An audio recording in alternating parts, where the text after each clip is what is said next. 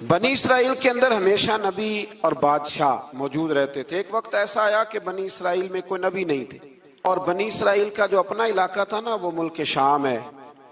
تو قوم عمال کا ایک قوم تھی اور بڑے سخت گیر لوگ تھے، انہوں نے بنی اسرائیل والوں کے ساتھ لڑائی کی، جہاد کیا اور انہیں ان کے علاقے سے نکال دیا۔ اور کچھ حضرت یوسف علیہ السلام کے زمانے میں ویسے بھی ایک بہت بڑی تعداد جا کے مصر میں آباد ہو گئی تھی۔ اب یہ ہوا کہ ان کے پاس کوئی بادشاہ نہیں ہے، یہ بار بار دعا کرتے ہیں، التجا کرتے ہیں، تو اللہ تعالیٰ نے ایک پیغمبر انہیں عطا کیے جن کے مختلف نام کتابوں میں ہیں۔ صدر الافاضل رحمۃ اللہ علیہ نے تفسیر خزائن العرفان کے اندر ان کا نام حضرت شمویل علیہ السلام لکھا ہے۔ حضرت شمویل علیہ السلام کو اللہ تعالیٰ نے نبوت عطا فرمائی، اور جب حضرت شمویل علیہ السلام اللہ کے نبی ہوئے، بنی اسرائیل والوں کو یقین آیا کہ اللہ نے الحمدللہ ہمیں ایک نبی کے جھنڈے تلے جمع کر دیا ہے، تو پھر انہوں نے کہا کہ آپ ہمارے سامنے ایک بادشاہ بھی مقرر کریں تاکہ ہم اس کی سرپرستی میں جہاد کریں۔ جب انہوں نے یہ بات کی تو اللہ تبارک و تعالیٰ نے حضرت شمویل علیہ السلام کے ذمے لگایا۔ تو ایک اس زمانے میں اللہ کے نیک بندے تھے، جناب طالوت علیہ السلام ان کا نام تھا۔ تو حضرت شمویل علیہ السلام نے انہیں کہا کہ اللہ کریم نے نا تمہارا بادشاہ طالوت کو بنایا ہے، ان کا نام بھی قرآن مجید نے ذکر فرمایا ہے۔ تو بنی اسرائیل کے لوگ کہنے لگے یہ تو غریب آدمی ہے، وہ بکریاں چرایا کرتے تھے، لیکن علم میں بڑے پختہ تھے، وجود میں بڑے طاقتور تھے۔ تو کہا کہ یہ تو غریب آدمی ہے، تو ہم تو زیادہ حق رکھتے تھے کہ ہمیں بادشاہ بنایا جائے۔ تو حضرت طالوت علیہ السلام کے بادشاہ بننے کے بعد حضرت شمویل علیہ السلام نے جو بات کی، اللہ کریم نے اسے قرآن مجید میں بیان فرمایا۔ رب فرماتا ہے بسطۃ فی العلم والجسم، اسے اس لیے تمہارا بادشاہ بنایا گیا ہے کہ اسے ہم نے کشادگی دی ہے، علم میں بھی اور جسم میں بھی۔ بڑے ماشاءاللہ موٹے تازے تھے، وجود بڑا طاقتور تھا۔ کچھ موٹے تازے ہوتے ہیں پر طاقتور نہیں ہوتے، موٹے تازے بھی تھے اور طاقتور بھی تھے۔ فرمایا کہ وجود میں بھی طاقت ہے اور علم میں بھی اللہ نے انہیں وسعت عطا فرمائی۔ تو بنی اسرائیل والے کہنے لگے جی نہیں جی کوئی بندہ اور آ جائے، یہ ہمارا بہت بڑا مسئلہ ہے نا جی، ہر ایک کی مرضی کی نہ تو بات ہو سکتی ہے اور نہ ہر بندہ ہر ایک کی مرضی پر پورا۔ کہنے لگے نہیں جی کوئی اور ہونا چاہیے تھا، ہمیں کیسے پتا چلے گا کہ اللہ نے مقرر کیا ہے؟ بڑی خاص بات ہے، اس کو سمجھیے گا، یہ سارا مضمون آپ کو ملے گا اسی پارے کے آخر میں، آپ پڑھیں گے نا جی تو یہ سارا مضمون آپ کو ملے گا، اور آپ اگر سرسری نظر سے بھی اس کا مطالعہ کریں گے نا جا کے قرآن شریف کھول کے 15ویں سے 16ویں رکوع میں، آپ خوش ہوں گے کہ آپ کتنے اچھے نظریے اور عقیدے کے ماننے والے ہیں۔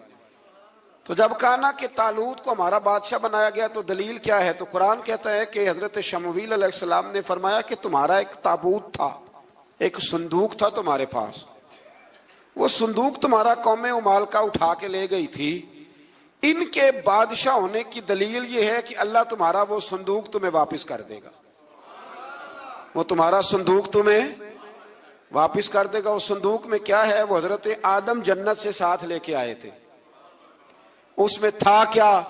تو قرآن مجید کہتا ہے کہ اس کے اندر نا حضرت ہارون علیہ السلام اور حضرت موسیٰ علیہ السلام کے تبرکات تھے، تبرکات۔ کل میں ایک مولوی دیکھ رہا تھا بیچارہ، ایک بندہ نا مسجد نبی کے ساتھ غلاف اور شاید کوئی کفن تھا، وہ مسجد نبی کی دیواروں سے مس کر رہا تھا، تو وہ کہہ رہا تھا نہیں اس سے کیا ہوتا ہے، تبرک کوئی چیز نہیں، اچھے اعمال کی وجہ سے بندہ بخشا جائے گا۔ میں نے کہا تو مجھے ملے تو میں تجھے بخاری کھول کے دکھاؤں کہ حضرت عبد الرحمن ابن عوف جنہیں حضور نے قطعی جنتی کہا، حضور کے وجود پر کرتا دیکھ کے کہنے لگے حضور بڑا ہی سونا لگ رہا ہے، تو فرمایا تجھے چاہیے حضور مل جائے تو کیا ہی بات ہے۔ نبی پاک نے عطا کیا تو صحابہ کہنے لگے عبد الرحمن آپ کو تو ضرورت نہیں تھی، آپ کے پاس تو بڑے لباس ہیں، تو یہ کرتا حضور نے قبول کر لیا، کوئی لے کے آیا اور آپ نے مانگ لیا، تو وہ رو پڑے، کہنے لگے پہننے کے لیے نہیں مانگا، یہ حضور کے جسم سے لگ گیا ہے، میں نے کفن بنانے کے لیے مانگا ہے۔ تو کہتا ہے حضور کے تبرک میں خیر کوئی نہیں۔ اور آپ یقین کریں ان لوگوں پہ حیرانگی ہے. ہم نے بھی مرنا ہے نا جی, بڑی جلدی قبر میں جانا ہے, وقت کا کچھ پتہ نہیں, لیکن اتنے اندھے ہو کر لوگ چیزوں کو دیکھتے ہیں اور اس تیزی کے ساتھ گمراہی پھیلاتے ہیں. مجھے باقاعدہ کسی نے ویڈیو بھیجی اور کہنے لگا جی دیکھیں کتنی اچھی بات کر رہا ہے, لوگوں کو سمجھائیں. تو میں نے کہا نہیں, اس کو سمجھانے کی ضرورت ہے. اور میں نے اس کو دیکھا ہے, وہ جو لال رومال والا, میں نے دیکھا ہے وہ ڈھونڈ ڈھونڈ کے جاہلوں کو پکڑتا ہے, تلاش کرتا ہے, اور اگر کوئی مل جائے بات بتانے والا تو پھر وہ خود پکڑا جاتا ہے, اور کئی دفعہ پکڑا گیا تو نکل گیا ہے. اللہ تعالی ہمیں سمجھنے کی توفیق دے. ہم سیانے ہو جائیں تو یہ دور دور تک نظر نہیں آئیں گے انشاءاللہ.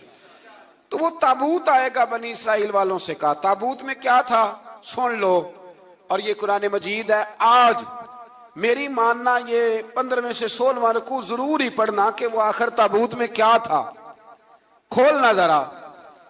قرآن مجید کہتا ہے کہ حضرت موسیٰ علیہ السلام اور حضرت ہارون کے تبرک تھے. تو تبرک کیا تھے؟ تمام مفسرین نے لکھا ہے کہ حضرت موسیٰ کا ایک کرتا تھا, ایک ڈنڈا تھا, جوتے تھے, اور جناب ہارون علیہ السلام کا امامہ شریف تھا, اور تورات کی کچھ تختیاں تھی. تو اس کا فائدہ کیا تھا؟ اس تابوت کا فائدہ یہ تھا کہ بنی اسرائیل والے جب اپنے دشمنوں سے لڑتے تھے, تابوت سامنے رکھ کے دعا مانگتے تھے, اللہ انہیں کامیابی عطا کر دیتا تھا.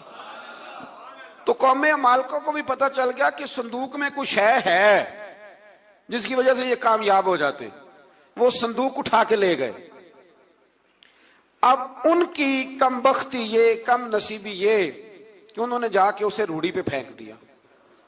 جب روڑی پہ پھینکا تو ان کے اندر بیماریاں آ گئیں, وبائیں پھوٹ پڑی, مرنے لگے, وجود پھولنے لگا. پھر ان کے دلوں میں بات آئی کہ یہ ہم نے اس صندوق کی بے ادبی کی ہے. صندوق میں کیا ہے؟ تبرکات. ہمیں کہتے ہیں جی نالین کا نقشہ کیوں لگایا ہے؟ تمہارے تو بزرگوں کا عقیدہ ہے سر پہ رکھنے کو مل جائے اگر نقش نالے پاک حضور تو پھر کہیں گے کہ ہاں تاجدار ہم بھی ہیں. تو کہا کہ اس کے اندر یہ تبرکات تھے. انہیں بھی سمجھ میں آئی تو انہوں نے نا بیل گاڑی منگائی اور وہ صندوق اٹھا کے اس کے اوپر رکھ دیا. اب کیا ہوا؟ قرآن کہتا ہے کہ فرشتوں نے نا اس صندوق کو وہاں سے اٹھایا. مفسرین نے لکھا اس کا معنی یہ بھی ہو سکتا ہے کہ اس بیل گاڑی کو ڈائریکشن پہ لگایا. ادھر سے حضرت شمویل علیہ السلام نے جناب طالوت کو بادشاہ بنا دیا, اور ادھر سے وہ صندوق چل پڑا. کہا بھئی ہم ان کو کیسے بادشاہ مانے؟ تو فرمایا بادشاہ اس طرح مانو گے کہ تمہارا وہ صندوق آ جائے گا.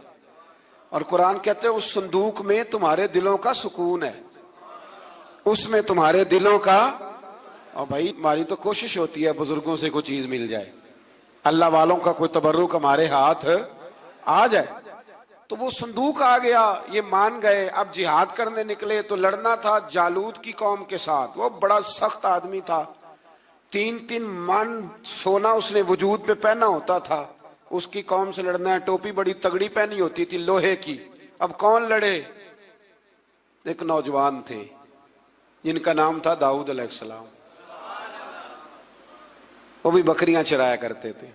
اور جن دنوں حضرت طالوت نکلے نا اپنی قوم کو لے کر جالوت کے خلاف لڑنے, تو حضرت داؤد بھی شامل ہو گئے. اللہ جب کسی کو نوازتا ہے نا تو پھر خاص ہی کرم نوازی کرتا ہے. مفسرین نے لکھا جب یہ جا رہے تھے نا, وہاں جا رہے تھے تو رستے میں انہیں 3 پتھر مل گئے. انہوں نے وہ تینوں پتھر اٹھا لیے.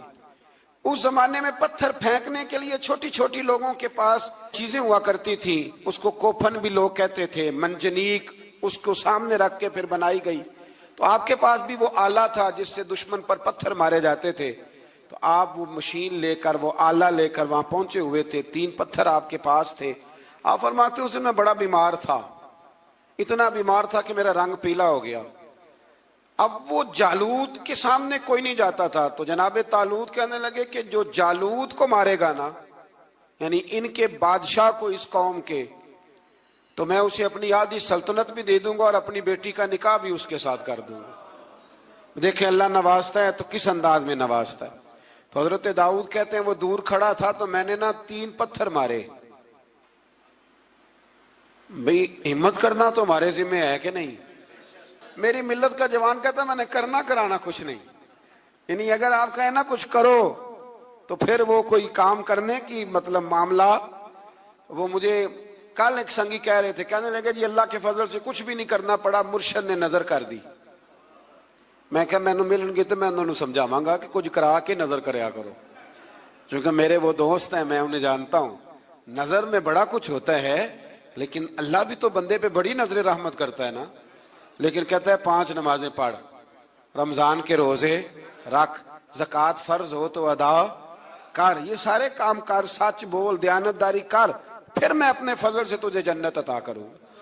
تو یہ جو رویہ ہم نے بنایا یہ درست نہیں. تو فرماتے ہیں 3 پتھر میں نے مارے, اللہ نے اتنا فضل کیا کہ وہ بھی مر گیا, اور اسے چھو کے میرے پتھر آگے بڑھے تو اس کی فوج کے 30 آدمی بھی مر گئے. 3 پتھروں سے 31 بندے اللہ نے مار دیے. فرماتے اس لیے کہ ہاتھ میرے تھے اور طاقتیں میرے رب کریم کی تھی. تو حضرت داؤد علیہ السلام کے حصے میں جناب طالوت کی صاحبزادی بھی آئیں, آدھی سلطنت بھی آئی. کافی سال حضرت طالوت حیات رہے, پھر ان کا وصال ہو گیا, تو ساری سلطنت حضرت داؤد کو ملی, اور پھر اللہ تبارک و تعالیٰ نے انہیں نبوت بھی عطا فرمائی. یہ دنیا میں واحد پیغمبر ہیں جو بیک وقت نبی بھی تھے اور بادشاہ بھی تھے. اور پھر اللہ نے فضل فرمایا, انہوں نے بڑی بڑی فتوحات کی. اور پھر حضرت داؤد کے صاحبزادے کا نام حضرت سلیمان علیہ السلام, پھر ان کے صاحبزادے کا نام حضرت. تو یہ ہوا کیسے؟ یہ سارا کچھ اللہ تبارک و تعالیٰ کے فضل سے ہوا, اس کے کرم سے ہوا. اب اس واقعہ سے ہمیں کیا پتہ چلتا ہے؟ ہمیں یہ پتہ چلتا ہے کہ رب جب فضل فرمائے نہ کسی پہ بھی, تو ہمیں اس بندے کو دیکھ کے راضی ہونا چاہیے, کوئی شکوہ نہیں کرنا چاہیے. اور دوسری بات یہ سمجھ لینا چاہیے کہ حکومتیں, مال, دولت یہ صرف سیاستوں سے نہیں ملتی, یہ خدا کے فضل سے ملتی. اور یہ بھی سمجھ لینا چاہیے کہ جو بزرگوں کے تبرکات ہوتے ہیں ان کی کیا ہی بات ہوتی ہے. جس سے بچے والے کے دلوں کے اندر کجی پیدا ہو. رشتے کرانے والے کو کہا جاتا ہے کہ ہم نے کار بھی دینی ہے, یہ بھی بتا دینا رشتے والوں. بچے کی ماں کو سونے کی بالیاں بھی ڈالیں گے, تو یہ داستانیں کیوں سناتے ہو؟ پھر کہتے ہو لڑکوں والے لالچی ہو گئے. تو یہ کہانیاں ہم گھڑتے ہیں, جھوٹ خود لوگوں کے سامنے ہم رکھتے ہیں, اور بعد میں جب اوقات واضح ہوتی ہے پھر رشتے ٹوٹتے ہیں. رشتے جھوٹ پر قائم ہو تو قائم ہو جاتے ہیں, پر قائم رہتے نہیں, وہ ٹوٹ جاتے ہیں. رشتے وہی قائم رہتے ہیں جو رشتوں کے ساتھ قائم ہوا کرتے ہیں, جن کی بنیادیں خلوص ہوتی ہے. جھوٹ ہمیشہ انسان کو تباہ کرتا ہے. کیا حسن ہے میرے نبی پاک کے فرمان میں, کیا خوبصورتی ہے. حضور نے فرمایا الصدق ینجی والکذب یہلک. 2 جملوں میں کائنات کی ساری حقیقتیں بیان کر دی. حضور فرمانے لگے سچ بول, سچ تجھے نجات دلا دے گا, سچ تجھے بچا لے گا. والکذب یہلک, جھوٹ نہ بولنا تو ہلاک ہو جائے گا. جھوٹ نہ بولنا, یہ محبوب کا فرمان. جھوٹ تجھے ہلاک کر, ہر لحاظ سے بندہ جھوٹا تباہ ہوتا ہے. سیاسی, سماجی, کاروبار, معیشت, دنیا, رشتے, ہر چیز جھوٹ پہ مبنی. کچھ لوگوں کو بیماری ہے جھوٹ بولنے کی, لارا لگانے کی. کسی نے کہا یار اتنی ضرورت پڑ گئی, کہا کوئی مسئلہ ہی نہیں, تیرا حل ہو جائے گا. بھئی تیرے پاس نہیں ہے تو صاف انکار کر. جھوٹ بول کر جیتنے سے بہتر ہے انسان سچ بول کے ہار جائے. اس کو کہہ کہ بھائی نہیں میرے پاس گنجائش نہیں, کل آ جانا, پرسوں آ جانا, سویرے آ جانا, کیا ضرورت. ان سے انسان کا وقار مجروح ہوتا ہے. میرے نبی پاک علیہ السلام جس معاشرے میں تشریف لائے نا, اس معاشرے میں بڑے عیب پائے جاتے تھے. بچیوں کو زندہ دفن کر دیتے تھے, قتل و غارت تھی, سارا کچھ تھا. ابو سفیان کہتے ہیں ہم سارے جرم کرتے تھے, لیکن عرب کے لوگ جھوٹ نہیں بولتے. عرب کے لوگ, یہ ذرا غور کرنا, انفرادی بات عرض کرنا. فرماتے چوری, چکاری, ظلم, بربریت سارا کچھ تھا, اور ہم سمجھتے تھے کہ جھوٹ بولنا ہمارے حسب نسب کے خلاف ہے, یہ ہماری شان مردانگی کے خلاف. ہم کہا کرتے تھے کمزور لوگ جھوٹ بولتے ہیں, بزدل لوگ جھوٹ بولتے ہیں. جو لوگ حسب نسب والے ہوتے ہیں, کردار و عمل والے ہوتے ہیں, سردار ہوتے ہیں, جن کا پیچھے کوئی بیک گراؤنڈ ہوتا ہے, وہ لوگ کبھی جھوٹ ہے. میرے نبی پاک علیہ السلام کا فرمان ابو داؤد شریف میں موجود ہے. ایک صحابی نے کہا یا رسول اللہ بخل بڑی بری چیز ہے, کیا مومن بخیل ہوتا ہے؟